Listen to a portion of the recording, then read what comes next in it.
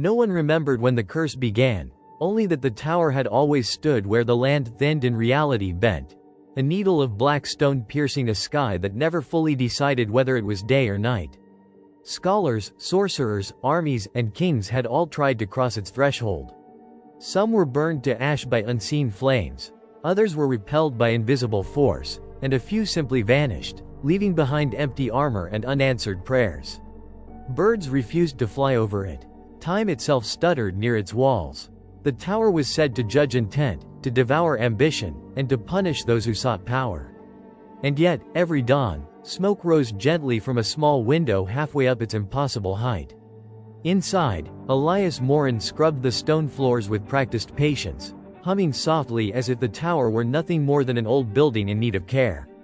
He had arrived years ago with a rusted cleaning cart, a mop missing half its strands, and no memory of how he'd crossed the wards that stopped everyone else. He simply remembered opening the door and stepping inside, as if it had been waiting for him. The curses whispered when he passed, ancient voices promising madness or death, but they softened around him, bending like tired guards recognizing someone who belonged. Elias cleaned staircases that stretched longer on the way down than they had on the way up, wiped dust from runes that could unravel kingdoms, and polished doors that opened to rooms containing storms, stars, and sealed regrets. To him, it was just work. Someone had to keep the tower livable, after all. The tower was alive, not in the way creatures lived, but in the way memory and intent lingered.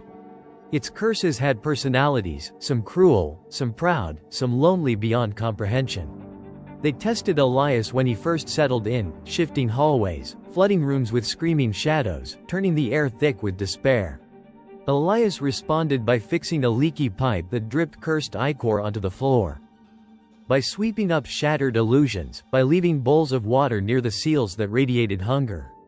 Over time, the tower learned something it had never known before: indifference. Elias did not seek to conquer it, nor to unlock its secrets. He slept in a modest chamber near the central stair, ate simple meals cooked on a small burner, and spoke aloud only when the silence grew too heavy.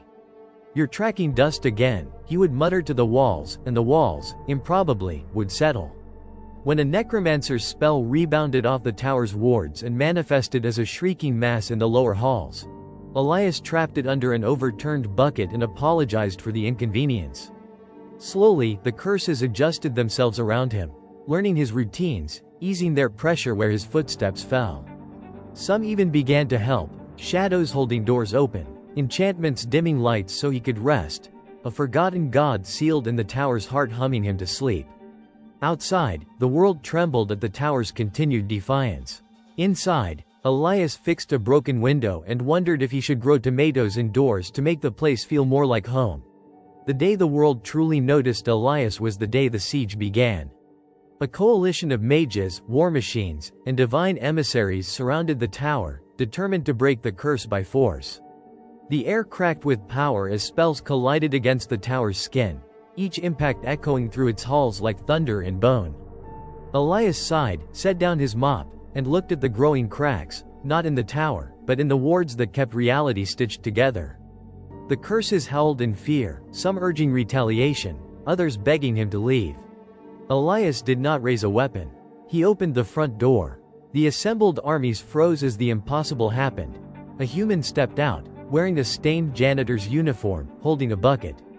"You're making a mess," he said calmly, gesturing at the scorched ground and fractured magic. The leaders demanded explanations, threatened him with annihilation, accused him of being the tower's master. Elias shook his head. He explained, simply, that the tower wasn't evil, it was tired. That the curses were defenses born from centuries of violence. That someone had needed to stay behind and take care of it when everyone else tried to take something from it. As he spoke, the tower quieted. The siege weapons malfunctioned, spells unraveled. The gods listening through their avatars felt something unfamiliar: shame. One by one, the armies withdrew, not defeated, but dismissed. Elias returned inside, closing the door gently, and made a note to buff the threshold later. It had taken a beating. Years passed, or perhaps centuries. Time was unreliable within the tower's embrace. Legend spread of the human who lived where no one else could. Some said he was chosen. Others said he was cursed himself. Elias never corrected them. He tended his indoor garden under humming lights, growing tomatoes and herbs in soil enriched by stardust filtered from the tower's heart. The curses no longer whispered threats, they told stories. The sealed god slept peacefully, its dreams less violent now that someone listened. The tower no longer resisted the world. It simply ignored it, and Elias, sweeping the highest spire as galaxies spun beyond the windows, understood something no conqueror ever had. The tower did not need a ruler, a hero, or a savior. It needed care. One day, when Elias finally set down his mop for the last time, the tower would open its doors willingly, not as a prize, but as a place made safe by patience. Until then, the most feared structure in existence remained quiet, clean, and lived in, not by a king or a god, but by a janitor who showed up every day and did the work no one else would. If you want next.